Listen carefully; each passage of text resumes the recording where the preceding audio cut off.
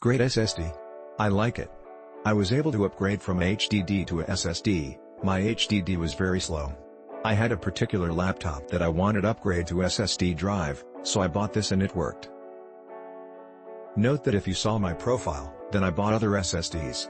I used that to upgrade my other devices from HDD to SSD. The only con was it only came with the SSD. I thought it would include cloning software. But I think all SSDs is that way and it's normal. But great SSD, I highly recommend to people who are upgrading to an SSD drive. I had an old Vista computer. I upgraded it to Windows 10 and had no problems using this drive. I can't say anything about how long it might last as I have only had it a few days, but so far so good. Good luck. I had to set up the SSD and partition manager.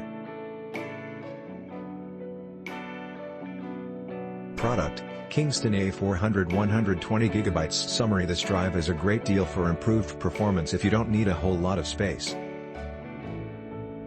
It's top-notch for an entry-level SSD, but because of how bare-bones it is, you might need to be prepared for a very slightly more difficult process to set this up than with some other popular SSD choices. My situation: I'm not precisely an IT professional, but I do deal with all the tech for the S. I'm working on updating the computers in an office with 16 employees, and with most of the computers needing a boost in speed, it's great to be able to buy several of these for a good price.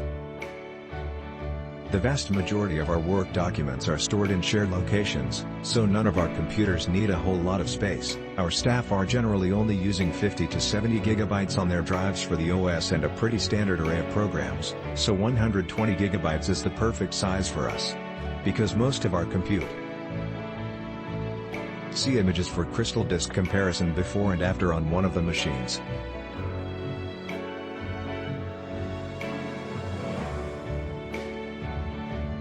I'll post an update once I put together the brand new build I'm about to do with one of these.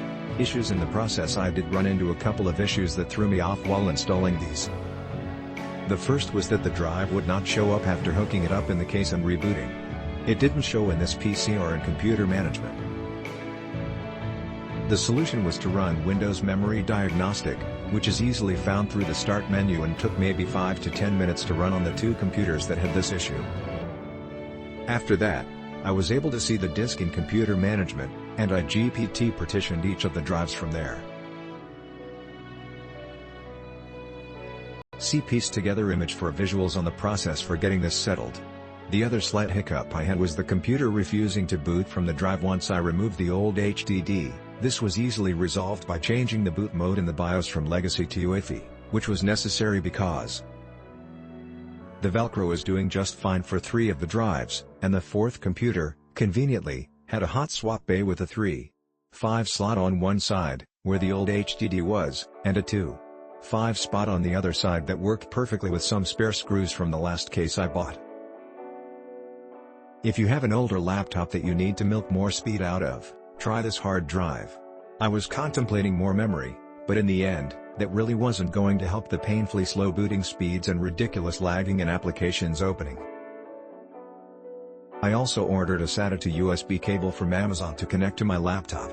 It took me a while to figure out how to get my device to recognize this. You have to go to Disk Management, create a partition on the drive, and then assign a letter to the drive.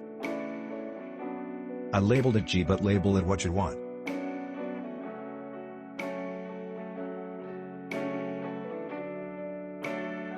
Click link in description for more reviews.